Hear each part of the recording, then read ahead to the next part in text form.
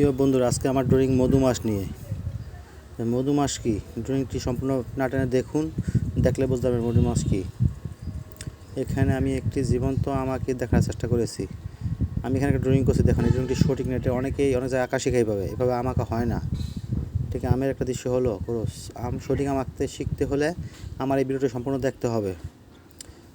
বৃত্ত এঁকে আম ড্রয়িং করতে হবে। বৃত্তের নিচে একটি ইউ আকৃতি দিয়ে একটি মাথা বের করতে হবে। আমি এখানে ড্রয়িং করতে যাচ্ছি জোড়া আম।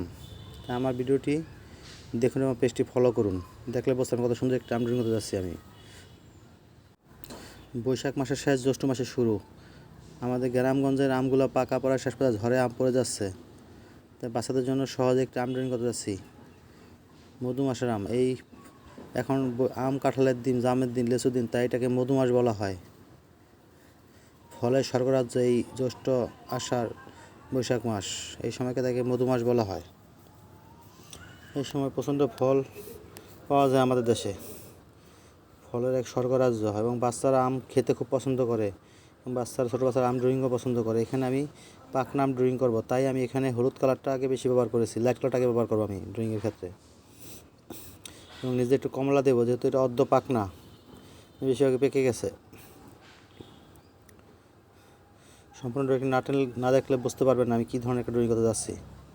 ড্রয়িং শেষে বুঝতে পারবেন একটা জীবন্ত আম হতে যাচ্ছে। এখানে আমের নানাবিধ নাম আছে, যেমন ল্যাংড়া, হাড়ি ভাঙা, বয়রা, রামসাগর, আর নানা নাম আছে। নানা নাম দিয়ে আমের নামগুলো রাখা হয়েছে।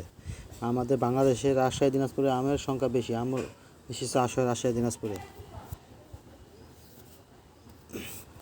আমার ড্রয়িং যদি আপনাদের দেখার ভালো লেগে থাকে তাহলে অবশ্যই আমার পেজটি ফলো দিয়ে পাশে থাকবেন এবং সাবস্ক্রাইব করবেন, সাথে আমার ভিডিওটা শেয়ার করবেন।